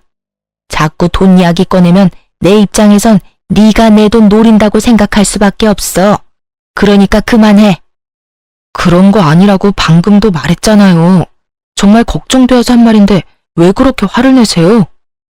그러니까 내 돈 걱정을 네가 왜 해? 집도 절도 없어서 내 집에서 이때껏 얹혀 산 주제에. 하여튼 너랑 이래서 이야기도 하고 싶지 않은 거야. 너랑 이야기만 했다 하면 좋던 기분도 나빠진다. 얼른 들어가. 이사 갈 날 정해지면 말해주고. 저 역시 마찬가지예요. 예전부터 늘 이런 식이었어요. 대기업 다니는 둘째만 아들 취급하시고 제 말은 늘 무시하고.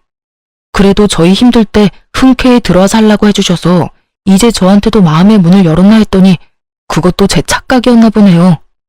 어머니 말대로 앞으로는 어머님 일에 아무 상관도 하지 않을 테니 나중에 후회하지 마세요. 감정이 많이 상한 남편은 방으로 들어가 버렸고 저 역시 남편을 따라 방으로 들어갔죠. 방에서 저희가 대화를 나눠본 결과 시어머니는 동서에게 돈을 주는 것이 거의 확실해 보였죠. 하지만 저희가 말을 더 꺼내봤자 재산 노리고 그런다며 괜한 오해나 받을 것 같았고 우리 나름대로 충분히 위험성을 설명했으니 나머지는 시어머니가 알아서 판단할 거라 생각하기로 했습니다. 그 후 저흰 적당한 집을 구해 서둘러 이사를 나왔고 저희가 나오자마자 시어머니 역시 집을 처분해 동선에 들어가게 되었습니다. 그렇게 다시 시작하게 된 둘만의 생활이 참 좋더라고요. 비록 전셋집이지만 내 집 꾸미는 재미도 있고 살림 사는 것도 훨씬 수월했어요. 무엇보다 좋았던 건 저도 제 일을 알아볼 수 있다는 것이었어요. 이제 그저 집에서 시어머니의 뒷바라지만 할 일도 없고 대출을 내고 전세를 얻은 집이라 남편의 짐을 덜어주기 위해 저도 일을 구해보기로 한 것이었죠. 하지만 제 의지와는 달리 현실은 냉정했어요. 오랜 경력 단절에 언제 임산부가 되어버릴지 모르는 기혼자의 취업은 생각보다 더 쉽지 않았고 운이 좋게 면접까지 가게 되더라도 떨어지기 일쑤였어요. 그러는 와중 시어머니에게서 연락이 와 동선회로 좀 오라고 했고 마침 남편도 쉬던 터라 함께 동선회로 가게 되었습니다. 어머님, 저희 왔어요. 동서, 우리 왔어. 응, 왔니? 형님 왔어요? 편한데 앉으세요.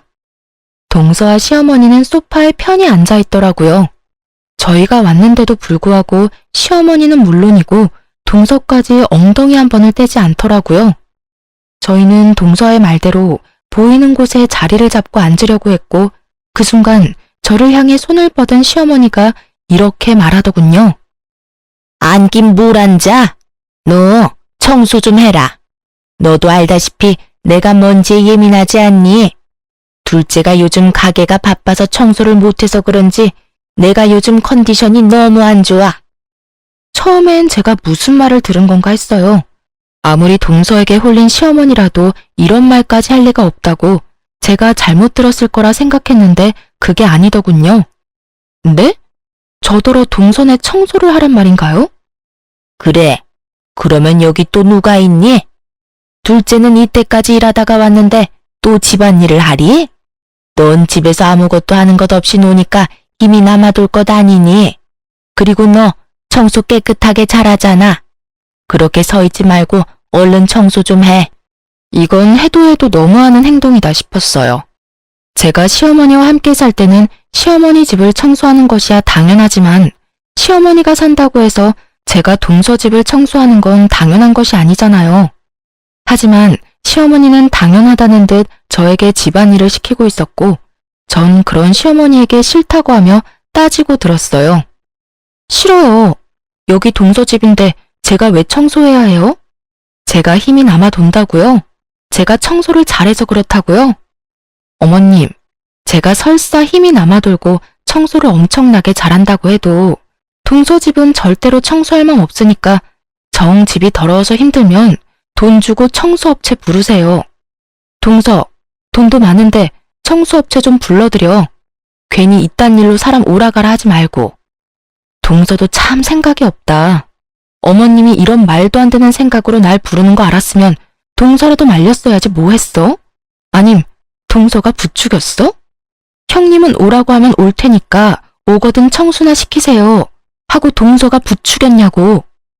저는 한 번에 두 사람에게 질책을 쏟아냈고 동서는 전곡을 찔려 얼굴만 붉힌 채 아무 말도 하지 못하고 있었고 시어머니가 나서 저에게 화를 내더군요. 너 무슨 말을 그따위로 하는 거야? 왜 꾸준 둘째를 잡아? 내가 불렀고 나 혼자 청소시킨 거니 둘째한테 뭐라고 하지 마라. 그리고 시부모 있는 집이 시댁인 거지 어디 내 앞에서 훈육질이야? 넌 그냥 내가 하라고 하면 되는 거야. 그러니까 잔말 말고 청소나 해. 어디 능력도 없어 제대로 된 일자리 하나 없는 게 누구 보고 생각이 있다 없다를 논해? 자기 분수를 알아야지. 참 할 말이 없더군요. 아니, 정확히는 떠오르는 말이 욕뿐이라 마땅한 말을 고를 수가 없는 상태였어요. 그렇게 열심히 할 수 있는 말을 골라내는 사이 남편이 화가 단단히 났는지 시어머니에게 화를 내며 따지고 들더군요. 어머니, 이 사람한테 그딴 식으로 말하지 마세요. 이 사람 저만 안 만났으면 멀쩡히 회사 생활 잘하면서 남들처럼 떵떵거리면서 살았을 거라고요. 저 돕는다고 회사 그만두고 가게 하다가 잘못돼서 이렇게 돼버린 것도 미안한데 어머니까지 그렇게 말해야 하겠어요? 남편은 시어머니의 언행을 지적하며 저를 감싸주기 시작했고 그런 남편의 태도에 시어머니는 어이가 없다는 듯 삿대질까지 하며 언성을 높이기 시작했어요. 아니, 이 녀석이 지금 누구한테 소리를 질러대는 거야? 내가 네 부모다. 내가 널 낳아준 엄마라고. 그런데 감히 내 앞에서 네 마누라 편이나 든다고 나한테 소리를 질러? 오죽했으면 이러겠어요. 사람 무시해도 정도가 있지. 어떻게 손 아래 사람 집 청소를 시킬 수가 있어요. 앞으로 이런 일론 연락도 하지 마세요. 아니, 앞으로는 어머니가 사랑하는 둘째 아들, 둘째 며느리랑만 사세요. 괜히 밉고 싫은 저희한테 연락하지 말고요. 뭐야? 너 지금 연이라도 끊자 이 말이야? 그렇게 받아들이셨다면 그렇게 해도 되고요. 어차피 저한테나 이 사람한테나 관심도 애정도 없잖아요. 남편은 시어머니의 눈을 똑바로 바라보며 말했고 그런 남편을 보던 시어머니는 피식거리며 콧방귀를 뀌더니 남편의 말에 한술 더 보태 말하기 시작하더라고요. 그래? 그러면 그렇게 하자. 너 앞으로 나한테 연락도 하지 말거라. 살다가 힘들어도 나한테 연락하지 마라. 난 이제 너 같은 아들 없다. 내가 죽었다고 해도 장례식장에도 오지 말거라. 홧김에 하는 말 아니니 오해 같은 거 하지도 말고 아예 부모 없다고 생각하고 살아. 그렇게까지 말해주니 마음이 한결 가볍네요. 그러면 잘 사시고 건강하세요. 남편과 저는 집으로 돌아왔고 그 뒤론 시댁 식구들과 연락도 하지 않고 살았어요. 여전히 전 취업을 위해 열심히 노력하고 있었지만 역시나 취업은 되지 않았고 여러 가지 고민하던 중 제가 시간 날 때마다 만든 뜨개질 제품을 온라인에 팔기 시작했습니다. 그러면서도 일자리는 계속 찾고 있었는데 잊고 지냈던 동네 어플에서 동서 가게 이야기를 또 보게 되었어요. 그건 다름 아닌 동서의 가게가 결국 망해버렸다는 글이었는데 무슨 일인지는 모르나 가게로 빚쟁이들이 찾아오고 한바탕 난리가 났었다고 하더라고요. 여보, 동서 가게 망했나봐. 나 요즘 일자리 찾아본다고 어플 찾아보는데 거기에 알바 후기가 있거든? 거기에 동서 가게에서 일하던 직원이 후기 썼는데 거기 망해서 빚쟁이들까지 찾아왔다나 봐. 이게 다 무슨 일이야? 그러게. 빚쟁이까지 왔다는 거 보면 상황이 심각하다는 건데 어쩌다 그렇게까지 된 거지? 그러니까 어머님 돈도 동서 다 줬을 텐데 그 돈도 다 날린 거 아니야?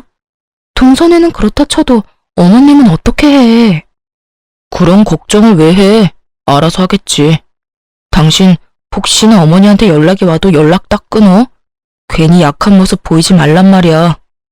전 알겠다고 했고 남편의 예상대로 시어머니에게서 연락이 오더라고요. 1년 만에 연락이 와서 당당하게 꺼낸 시어머니의 말은 정말 가관이었습니다. 부모 영 끊고 잘 살고 있니? 어머님, 모르는 사람이 들으면 저희가 일방적으로 영 끊어낸 줄 알겠어요. 장례식장에도 오지 말라고 하면서 딱 잘라낸 건 어머님이잖아요.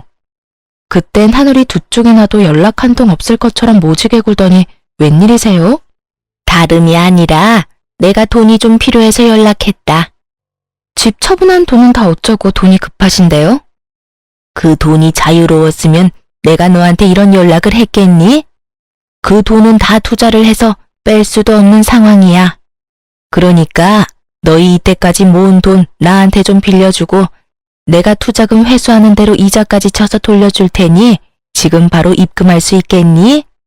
제가 시어머니에게 빚진 것도 아닌데 마치 빌려준 돈 받아가는 사람처럼 당당하더라고요. 그런 시어머니에게 잠시나마 안쓰러운 감정을 느꼈던 제가 얼마나 한심했나 모릅니다. 전 더는 시어머니가 저를 이딴 식으로 대할 수 없게 좀 더 단호하게 말하기로 했어요. 저희 그런 돈 없어요. 뭐야? 너흰 도대체 뭐 하고 살길래 그까짓 돈 몇 천만 원이 없는 게야? 하긴 가장은 변변한 직장도 없이 일용직이나 하고 다니고 능력 없는 마누라는 집에서 밥이나 축내고 있으니 그런 돈이 있을 리가 없겠지. 혹시나 했던 내가 바보였어. 그나저나 넌 언제까지 그렇게 놀고 먹을 거니? 정 안 되면 너도 일용직이라도 나가서 한 푼이라도 더 벌어봐. 그렇게 살아서 어디 살림이라도 나아지겠니? 시어머니는 저를 깔아뭉개는 많은 말들을 서슴없이 쏟아내고 있었고 저 역시 시어머니의 말을 들으며 분노가 폭발하고야 말았습니다. 어머님, 제가 그까짓 몇 천만 원이 없는 게 아니라 어머님을 빌려줄 그런 돈이 없다는 말이었어요. 뭐야? 너 지금 이 시험이 놀리는 게야? 너 지금 나랑 말장난해? 제가 왜 어머님이랑 장난 같은 걸 하겠어요. 시간 남아도는 것도 아닌데요. 그리고 저요, 어머님 돈 동서한테 다 넘긴 거 알고 있어요. 거기에다 그 돈까지 투자한 동서 가게 확 망해버린 것도 알고 있고요. 시어머니는 당황하기는커녕 더욱 당당하게 돈을 요구하더라고요. 차라리 제가 다 알았다는 것이 다행이라는 듯이 말이죠. 그래? 다 안다니 이야기가 더 쉽겠네. 오히려 더 잘 됐어. 너도 알다시피 둘째내가 요즘 좀 어렵다. 그래서 나도 어려워졌고. 부모가 이렇게 힘든 상황이면 자식인 너희가 날 도와야 하지 않겠니? 다른 때는 몰라도 힘들 때 가족이 돕지 않으면 누가 도와주겠어? 너희 힘들 때도 내가 도와주지 않았니? 그러니까 당장 있는 돈 다 보내거라. 참 당황스럽기도 화가 나기도 하더라고요. 시어머니가 저희가 힘들 때 선뜻 합가를 권해주신 건 사실입니다.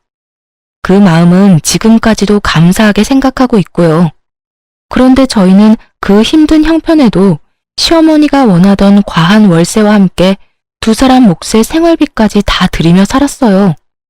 결코 그저 얹혀 산 것이 아니었어요. 거기에다 집안 살림부터 시작해서 시어머니의 식모 노릇을 하며 살았으니 저흰 할 만큼 했다는 생각을 합니다. 이런 사실을 시어머니는 까맣게 잊은 듯하길래 전 시어머니에게 저희가 그저 얹혀 산 것이 아니란 걸 말해주었어요. 어머님, 그때 도와주신 건 지금도 감사하게 생각하고 있어요. 그런데 어머님, 저희 매달 월세 생활비도 빠지지 않고 드렸고, 지난 몇 년 동안 제가 그 집에서 식모살이 한 것만으로도 은혜는 다 갚았다고 생각해요. 그러니까 그때 일 여기에 갖다 붙이지 마세요. 전혀 다른 문제니까요. 그리고 그렇게 도움이 필요하면 저 말고 동서한테 말하세요. 돈은 동서한테 다 쓰고 도움은 저한테 받으려고 하지 말고요. 제 말에 시어머니는 노발대발 화를 내며 상처가 될 말을 고르고 골라 모진 말을 쏟아대더라고요. 하지만 그런 말로 더는 상처를 받지도 않았고 무엇보다 당하고만 있을 저도 아니었죠. 너 진짜 이렇게 나올 거야? 둘째네 상황 뻔히 안다는 애가 그런 말을 하고 싶어? 둘째가 나를 도울 상황이 됐으면 내가 너한테 이딴 전화나 하고 있겠어? 생각이 짧은 거니 아니면 그냥 머리 자체가 나쁜 거니? 그러는 어머님은요? 생각이 짧은 거예요? 아니면 머리가 나쁜 거세요? 아니, 두 가지 다 일려나? 저한테 어떻게 했고 남편한테 무슨 말까지 했는지 아직까지 기억이 생생한데 저희가 도와줄 거라 생각했어요? 이렇게 저한테 전화해서 화내도 제 주머니에서 10원 한 푼 나오지 않을 테니까 그런 줄 알고 다신 연락하지 마세요. 전 그대로 전화를 끊어버렸고 시어머니의 전화를 받지 않았어요. 알아보니 동서의 친정이 망해버렸다고 하더라고요. 동서가 시어머니를 자신의 집으로 데리고 갈 땐 이미 친정은 망해가고 있었고 동서는 다들 예상하다시피 시어머니의 재산을 탐내고 데리고 간 것이 맞았단 것이었죠. 동서의 술수에 속아 넘어간 시어머니는 집을 처분한 돈뿐만 아니라 품고 있던 돈까지 다 동서에게 넘겨버렸고 그 돈으로 동서는 가게에서 나는 적자를 막았던 것이었고요. 친정도 망한 와중에 시어머니의 돈까지 끌어다 썼으면 그제라도 정신을 차리고 열심히 살아야 할 동서는 그저 사치를 부리며 살았다고 하더라고요. 거기에다 가게 운영 부족은 여전했으니 1년 동안 버티고 버티던 가게는 폭삭 망해버린 것이었던 것입니다. 시어머니가 제게 연락을 해 돈을 빌려달라 했을 땐 이미 동서 내외는 이혼 소송 중이었고 시어머니는 그 집에서 쫓겨나 혼자 월세살이를 할 때라는 걸 알 수 있었어요. 그런 와중에도 저에게 자존심을 세우느라 월세방 사는 자신의 불쌍한 처지는 한마디도 하지 않고 끝까지 당당한 태도로 저에게 돈을 뜯어가려고 했던 것이었죠. 애초에 갚을 마음도 능력도 되지 않으면서 말이죠. 저는 이런 모든 사실을 남편에게 알려주었어요. 여보, 요즘 어머님 월세살이 한다고 하더라. 동서 가게만 망한 게 아니라 친정까지 망해서 빚쟁이들한테 쫓기다시피 한다나 봐. 서방님은 이혼 소송 중이고 그래서 나한테 돈 빌려달라고 했나 봐. 당신 어머님 저대로 둬도 괜찮겠어? 안 괜찮은 건 뭐 있어? 어머니 한 말 잊었어? 본인 장례식장에도 오지 말라고 했잖아. 나 어머니한테 남은 정도 없고 감정도 없어. 어머니가 월세살이를 하든 길바닥에 나 앉았든 나하고는 상관없는 일이라고 생각하면서 살 거야. 그런 일은 없겠지만 혹시나 이제 와서 어머니가 잘못했다고 싹싹 빌어도 받아줄 생각 없으니까 당신도 그렇게 알고. 더는 그쪽으로 신경 쓰지 마. 알겠어. 난 다 상관없는데 혹시나 당신 마음 안 좋은데 괜히 나 때문에 이러지도 저러지도 못하나 싶어서 물어본 거야. 다 알아, 당신 마음. 그런데 있잖아, 여보. 나는 어머니보다 당신이 더 중요해. 어머니가 당신한테 그렇게 함부로 대하고 상처 주는 거 2번 다신 보고 싶지 않아. 그러니까 어머님 신경 이제 쓰지 말고 우린 우리끼리 잘 살자. 전 알겠다고 했고 그 후론 그쪽으론 신경 안 쓰고 살았던 것 같아요. 시어머니에게서도 연락이 오지 않았고요. 가끔 서방님에게 연락이 오곤 했는데 동서와 이혼을 하고 난 후 시어머니를 모셔보라고 했지만 이미 동서와 살며 씀씀이가 커질 대로 커진 시어머니를 도저히 감당하지 못해 서방님 역시 연을 끊고 산다고 하더라고요. 시어머니는 여전히 월세살이를 하며 청소 일용직을 다닌다고 했고요. 뭐 그마저도 일하는 사람들과 다퉈 쫓겨날 수도 있다는 이야기도 들을 수 있었네요. 남편과 저는 잘 지내고 있습니다. 남편은 여전히 어떤 일이든 열심히 하고 있고 전 다른 사연에서 듣던 것처럼 대박이 나진 않았어요. 하지만 여전히 꾸준히 노력하며 지내고 있고 그 덕분인지 제가 만든 상품을 팔아 꾸준히 생활비 정도는 벌고 있답니다. 앞으로 혹시나 시어머니가 깊은 반성을 하며 진심 어린 사과를 해온다면 다시 연락을 하며 지내긴 하겠지만 그렇지 않다면 이대로 연을 끊은 채 살 예정이에요. 시어머니의 성격상 절대 저희에게 굽히고 들어올 사람이 아니니 사실상 연을 완전히 끊은 거나 마찬가지겠네요. 돈이 많지 않지만 남편과 저는 여전히 사이가 좋고 행복하며 앞으로도 행복하게 잘 살아보려고 합니다. 힘을 합쳐 열심히 살다 보면 저희도 술술 잘 풀리는 날이 오지 않겠어요? 이로써 저의 사연도 끝이 났습니다. 제 사연 들어주신 모든 분 감사합니다.